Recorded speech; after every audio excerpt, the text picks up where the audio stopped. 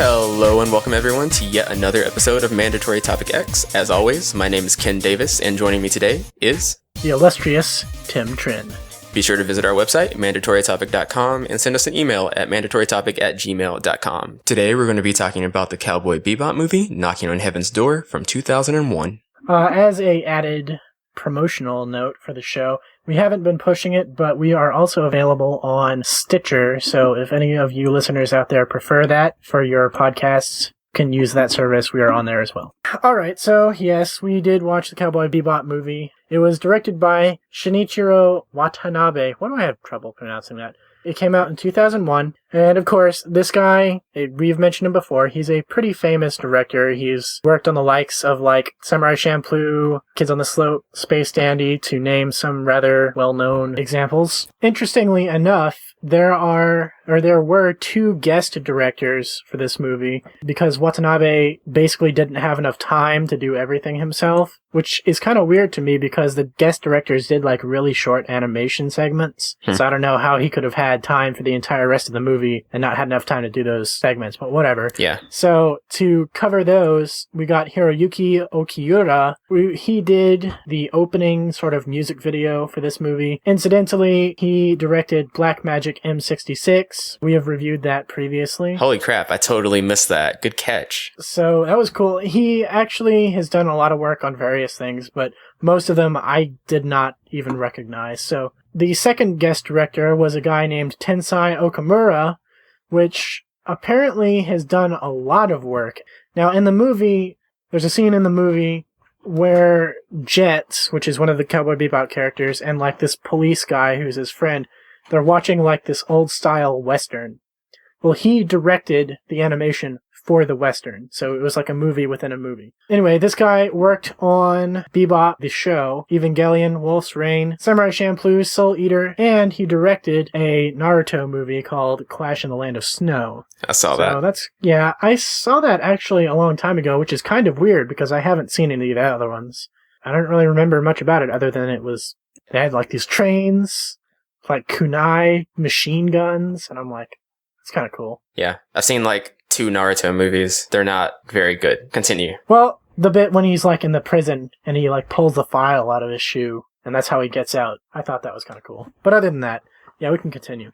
So it was actually released. This movie was released in theaters in both Japan and America. It made $3 million in the box office. $3 million is pretty disappointing.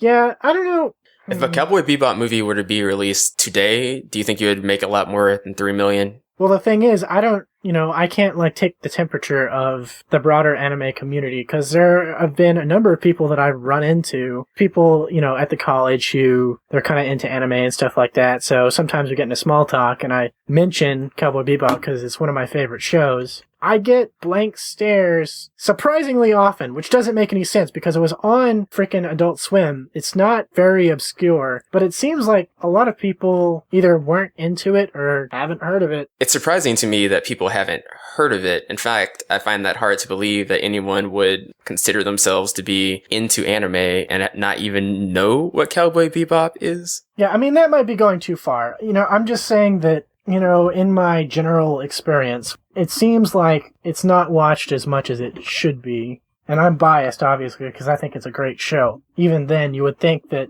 it being kind of one of the more recognizable animes in America. So, as far as if it would have made more today, I don't know, maybe. Maybe it was just bad marketing. I mean, that can have a lot to do with stuff. That can really make a big difference. So, Dragon Ball Z ended up making around $4 million. The Dragon Ball Z Battle of the Gods, which we talked about in a previous episode. So I don't think Cowboy Bebop would have the clout to be able to outdo that. And I guess it wasn't that popular in Japan. So yeah, I guess it wouldn't do any better. It'd do worse, but I guess it's just kind of easy to get clouded with how popular or unpopular anime is when you see other movies like Marvel movies making over $1 billion. You'd think, well, an anime movie, this popular anime franchise could get 0.003% of that, right? Nope. It's a lot harder than it sounds. There's probably, like for us, we're into it. We're kind of in the scene already, but maybe because we are already sort of in the scene, to us it seems weird. But maybe the general public, like for an ordinary quote-unquote person in America, it's a much more obscure thing to be into. I don't know. Although what really surprises me is the fact I didn't go back and check the Battle of the Gods numbers, but it's surprising to me that it only made 4 million, because I can understand Cowboy Bebop being obscure even, despite the fact that it's a really great anime, but Dragon Ball was super popular. There's no way. Dragon Ball must have had like 10 times the audience, at least. Yeah, so Dragon Ball Z Battle of the Gods made a lot more than $4 million internationally. At the time that we were recording that, we only had the box office numbers for the United States for 2 days, and it was something like 3 million or 4 million. And so we were assuming that the rate at which it was collecting money was going to be roughly steady across all like 4 days that it was open, but that was not the case, and it like dropped off significantly, and it barely made any more money than the amount that we reported at the time. It feels weird to think that something that we're into like this could actually be like something that's really obscure by American standards. I don't know if that's the case. It doesn't seem like that's possible. It seems entirely possible. It clearly is pretty darn obscure. I don't know. It just kind of is. When you're like hit in the face with the numbers, it's kind of hard to rectify how how obscure it really is. I remember listening to some podcast or reading some article in which a former company of, I forgot which anime United States distribution company it was, but one of the ones that went under, maybe it was Geneon, a guy who used to work for that, he was being really lucid and clear about the sales data, because companies obviously never release that because it's not in their benefit to release that, since the company had went under and there was no one left to like sue him or put a gag on him. He was just telling the numbers and telling how much money they made per thing, and it was astonishingly low. Like, you would be amazed. In fact, I'll go dig that up at some point this week and just listen to it, because I remember being really surprised. Man, you should send that to me. Yeah. I don't know if it's really, I mean, this is me just speculating at this point, but Godzilla is pretty popular, right? And it's a Japanese production that, I don't know, for the longest time, most of those movies weren't even released in America. So you would think that they would have a smaller fan base than big animes like these, and yet those movies make tons of money. I don't think the vast majority of people who go to see Godzilla movies are Godzilla fans, in the same way the vast majority of people who go to see Transformer movies aren't Transformer fans. It's just that those franchises have been around for long enough and have enough nostalgic value that people, whether they would consider themselves fans or not, are familiar with the name. And at this point in time in like American cinema, that's just enough. That's all you really need to get people to go buy a ticket. Yeah, I get what you're saying. Yeah, that's why a Battleship movie got made, even though Battleship was a shitty board game, and there is nothing to develop a movie from that. Yeah, I don't know. You brought up earlier that Cowboy Bebop is one of your favorite series, and I'm glad you brought that up, because I think going into what our previous experience with the show beforehand may be a little bit beneficial. I have seen Cowboy Bebop, and it is not one of my favorite shows. I think it's kind of overrated, frankly, but it's a good show. I liked it, but it's definitely not one of my favorites. So that's what I'm going into this movie with. I've never seen this movie before, by the way. I don't know about you. Yeah, I've never seen it previously. I'd meant to, because obviously I'm a fan of Cowboy Bebop. To me, it was one of those shows that I saw first on Adult Swim, and that alone, when you're a little kid and you just first start watching stuff. So I've got the nostalgia factor going for me. How can you not like it? I'm a big fan. Go watch it, and it's a wonderful series. Maybe some point in the future when we're up to start reviewing like things that are really popular because we've run out of obscure stuff, which will never happen, we can talk about that. Okay, so as you listeners should be aware of by now, you need to know that we spoil everything here on Mandatory Topic X. This movie's 10 years old. I don't want to hear your complaints. So, I will give a very quick plot overview. For those of you who have seen the Cowboy Bebop show, this pretty much follows sort of the same formula. It's basically a movie-long episode. What happens is the crew, which at this point, this movie is actually supposed to take place in the middle of the series. So you've got Faye and Ed and pretty much everybody there. And there are lots of different cameos. Anyway, the plot is basically, you've got a terrorist guy. He's an ex-secret agent. He's got some powerful military weapons. He's basically going on like a killing spree because he's weird, and the Bebop crew are trying to stop him, is basically the rundown of the story. Yep, that's pretty much it. Strangely enough, even though it didn't occur to me as much while I was watching it, now that I think about it, this actually came off kind of boring to me. Because... Oh, yes, no, I completely agree. I was so bored watching this movie, holy crap. Maybe it was just too long. But plot-wise, it wasn't even that it was any worse than a typical Cowboy Bebop episode. But maybe if it were that short, then it would have been a great thing. Or I don't know if they could have fit it all into a episode. Maybe they should have just made it an hour long. At any rate, I found this kind of boring, in all honesty. Although the plot is not bad per se. Plot is completely generic. If you don't want to say generic is bad, then okay, but it wasn't anything that you could easily get invested in or anything that would compel you to really care about what's going on. You said the movie's too long. I agree. It's somewhere between an hour and 50 minutes to 2 hours. And right, like this did not need to be that long. Easily could have cut out 30 minutes, wouldn't have made anything worse, just would have tightened everything up. Exactly. I was not really invested in the story. You said that this could have been a regular episode of Cowboy Bebop if they had just shortened it up. And I guess that's another reason that I wasn't terribly well invested. As I said earlier, Cowboy Bebop, while it's a good show, it's not one of my favorite shows, and I think it's kind of overrated. I don't like the fillerish episodes of Cowboy Bebop in which nothing's going on that like contributes to the overall story. Some of them are really good. Some of them I didn't care for that much. This would have been the type that I wouldn't have cared for that much. So that comparison is apt, and it kind of elucidates why I didn't care for this movie all that much. Yeah, I guess it meshes well. That's a good point. For those of you who are unfamiliar, Cowboy Bebop is not super story-driven.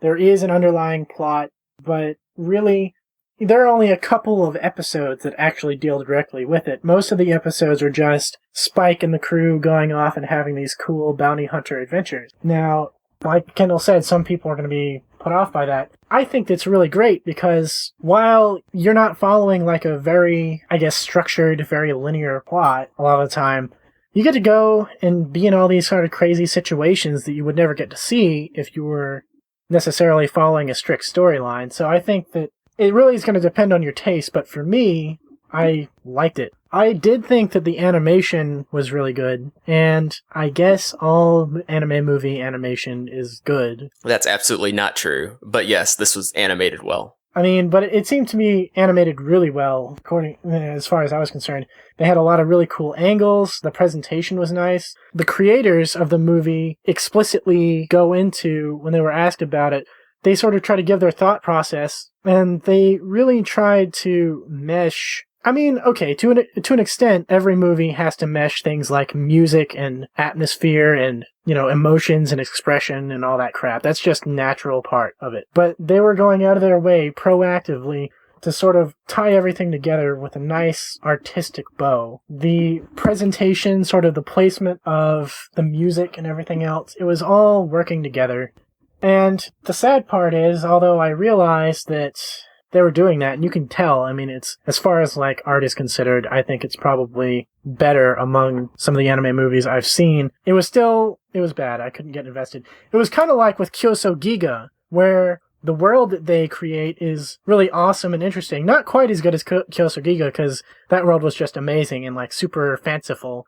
But it was kind of like that. It was kind of like I can't understand what's going on or care, so I can't appreciate it as much, if you know what I mean. So I think they actually explain a lot more than the original episodes of Kyoso Giga did. So it has that going for it, though, as people will recall, or as you'll recall anyway, I didn't give a crap that I didn't understand what was going on in Kyoso Giga because it was just so entertaining and colorful and there was all of this action going on. So this movie, even though it was more understandable, it was still significantly more boring. So I don't really share that interpretation of things. Speaking about the animation, as you've said, it's good. Particularly, I'd like to point out the choreography, which was fantastic. All of the action scenes were really well done, as they are in the original show. The direction for like the fight scenes, especially that scene where he's fighting the girl when he sneaks into the like corporation headquarters or the laboratory, and they're fighting in the hallway, and he's using the broom and doing like some Jackie Chan type moves. That was really cool. In fact, even though I haven't seen this movie before, I have seen that scene like 20 times, just watching that over and over and over again on YouTube because my cousin used to link it to me, and it's really, really awesome. And it has like the cool jazz music in the background that is kind of like the motif of all of Cowboy Bebop. So there's some cool action scenes like that.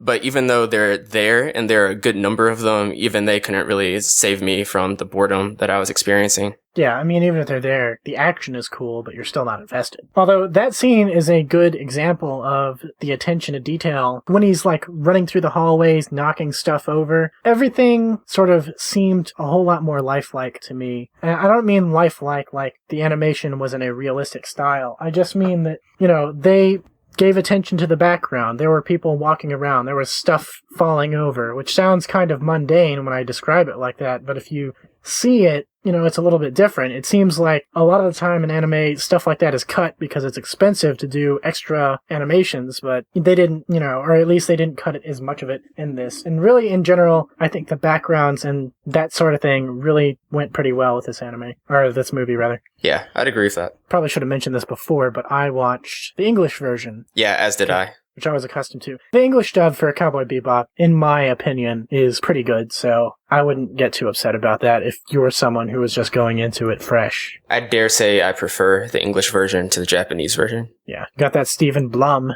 the voice of Spike. He was the voice of the Toonami guy, for you people who don't know. He was the voice of like a billion different things. Yeah. He's actually strangely popular. He goes to conventions all the time. He'd been going to conventions for, like, mainly as the voice of Spike for years before he even saw Cowboy Bebop. Huh, really? Yeah. That's weird. Yeah, it is. He's just always laid back. He's never paying attention. His voice is his real self. Now it all makes sense.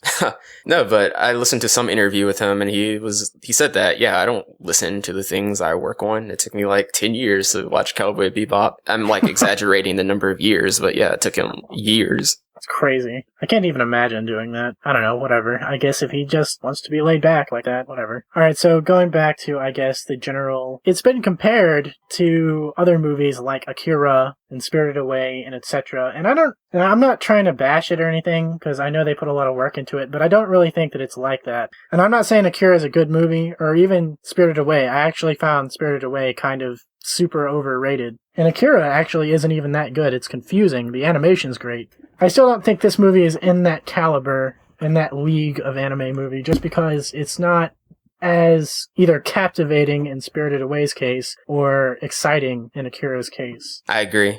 Another thing, and maybe this is a reason it's not as good as those, I don't know, but we were talking about the Naruto movies earlier, and a good comparison, or a reason that this would actually be comparable to the Naruto movies is Naruto is this completely separate thing. It's this anime, and it's this manga that has its story, and it's going along independently, and then they make a movie for it, and the movie has to manage to not contradict anything that's in the manga, anything that's in the anime, but it has to fit within the timeline of those things. So that's the same thing that's going on with this Cowboy Bebop movie. As Tim said, it's supposed to be set in the middle of the Cowboy Bebop show, but yet, even though this is supposed to be like this really big event in their lives and we're supposed to take everything super seriously, it never gets mentioned in the show, and we know everything's going to be alright. We know none of the main characters are going to die because we've already seen the show and we know how everything ends there. And maybe it's for that reason. Maybe that's a big part of why this movie fails to hold any tension, in addition to the plot and the villain just being kind of generic. Yeah, I hadn't thought about that.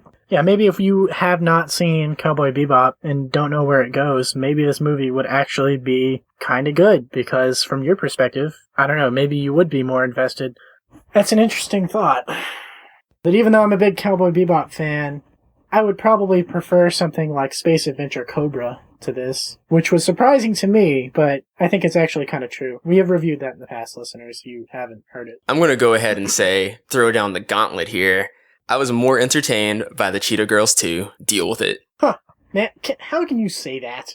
That's ridiculous. Because it's true. No, that's ridiculous. Notice what I'm not saying. I am not saying the Cheetah Girls 2 was a better movie, but I am saying I was more entertained by it. Okay, so to summarize that entire statement, listeners, Kendall has no taste. And that's going to be a recurring theme of our podcast. You said yourself that you were bored by this movie. I'm just saying I was notably less bored. I wouldn't even say notably, but I was less bored, at least a little bit, by the Cheetah Girls 2. Sure. I was much more invested in this movie. That's ridiculous. No, the fight scenes alone are worth it. Oh man, okay, that's a good point. That's a strong point. All right. Not even that. Like, if you're just like the first part of the movie, it was almost intriguing. I started to not care when it just droned on too long, but for the first part, I was actually paying attention and trying to sort of follow along and stuff like that. The Cheetah Girls 2, I was just like, okay, time to watch the Cheetah Girls 2.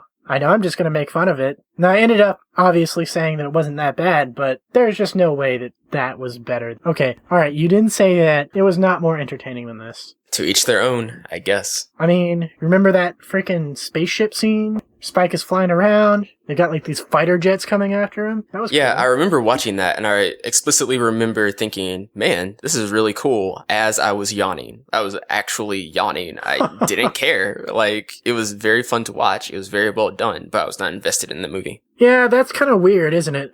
The thing with that scene is I didn't even know, like, why he was there. Maybe I just missed something. I don't know why he was flying around. Well, anyway, actually, I guess if I'm going to start nitpicking about the plot, we can get into a little bit. We're not going to delve too deeply into it, because like I said, it's not very investing, and, I mean, it's not really any better than diving into the plot of, like, a regular episode.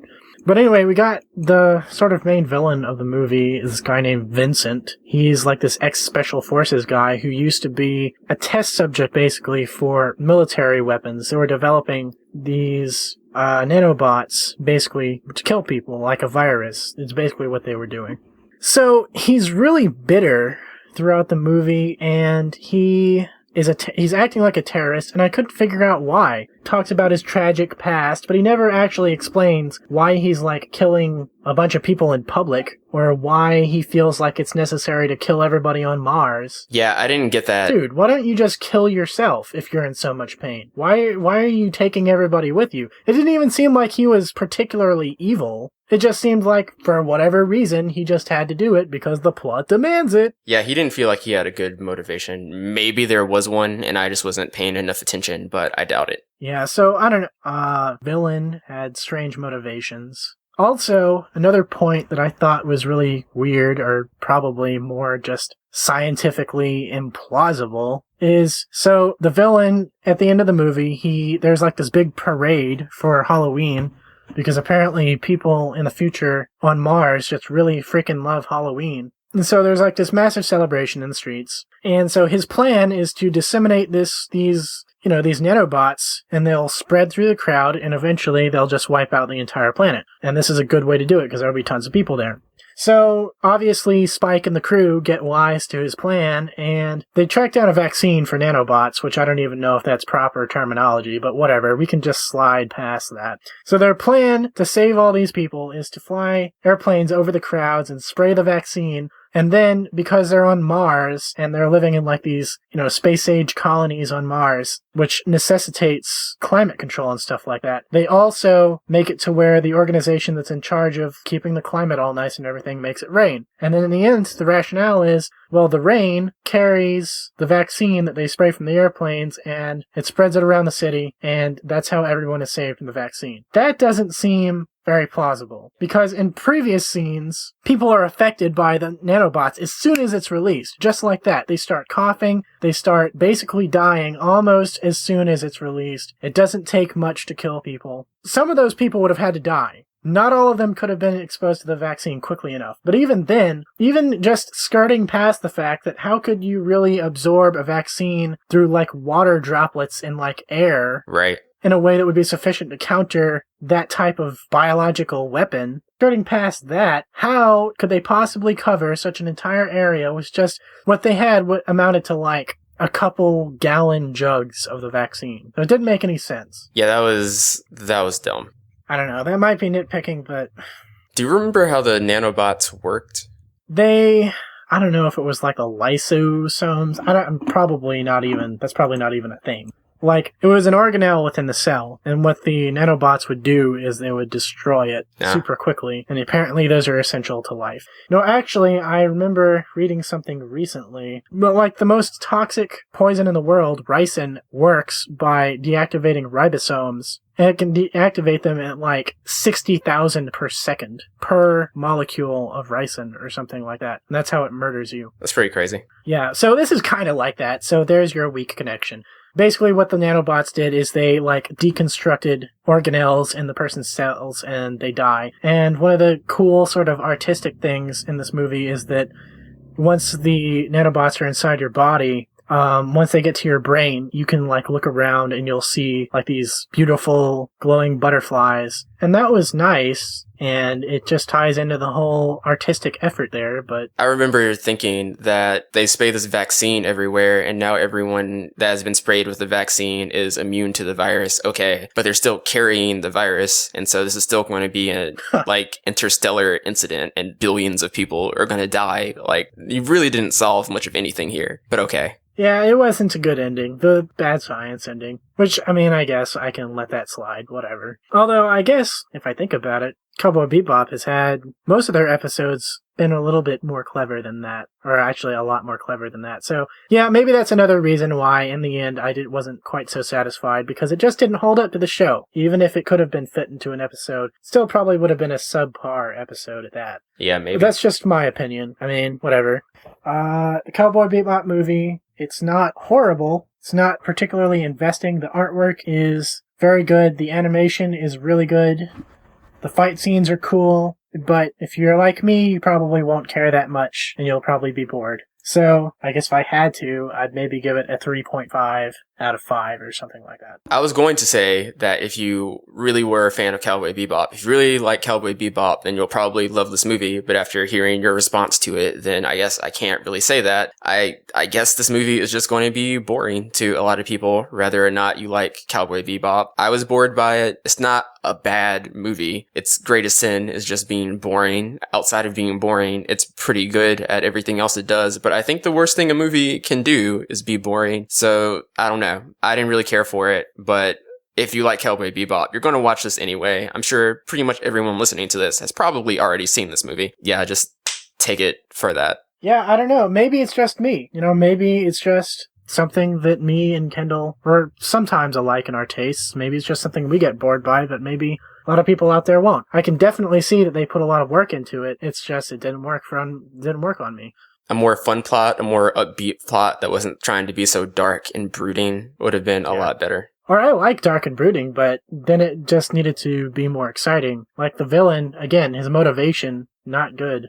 Yeah. He didn't even seem that evil. He was just like a tormented soul, really. Yeah. Every time he was on screen, I was thinking of how much better the Joker in The Dark Knight was done. I didn't make that correlation, but that is a good point. Well, I mean, everything in The Dark Knight. Not everything, but it was easily better than this, at least. What do you not like in The Dark Knight? I remember one thing that really struck me after watching it for like the 5th time was, and you're going to say this is stupid, whatever, and I'm not saying this like ruins the movie, but when they like capture the Joker and they take him to the police station and they're saying, we did everything we could to identify him. We ran his fingerprints, looked him up in the system, yada, yada, yada. And then they cut to the Joker and he still has his makeup on. They never looked at his face.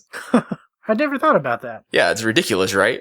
Yeah, that's a little bit silly. Well, don't they take it off at some point? No. No. Well, no. He's just shown in that parade scene. Never mind. There was a scene in that general area that I always was a little bit annoyed by when the Joker, like, blows the police office up, but yet somehow everybody else is dead but him. Yeah, that was dumb. And it's kind of like, how did that happen? I mean, I really liked his character, so fine, cool, but... One more thing for the Cowboy Bebop movie, though I don't really know too much about this, so I'll just say up front, I'm pretty ignorant on the subject, but the soundtrack is composed of a lot of Western music, I'm assuming, like rock classic music, but I don't know anything about classic rock, so I can't say much about it. But I do think it's interesting to have all of this English music being the backdrop of like a Japanese animated film. Actually, now that you mention it, I was thinking throughout the movie that the music wasn't quite as good as the show, which that was one of the main draws, or not the main draw, but that was one of the things that made the show great, is it just had an excellent soundtrack. I mean, Yoko Kanno is brilliant, and whenever I hear that she's like composing something for another anime, makes me want to go watch that anime just because I like her music that much. I actually don't care for her music outside of Cowboy Bebop. I've listened to a lot of other things she's composed for, and I don't really care for it. I was listening to some show she composed for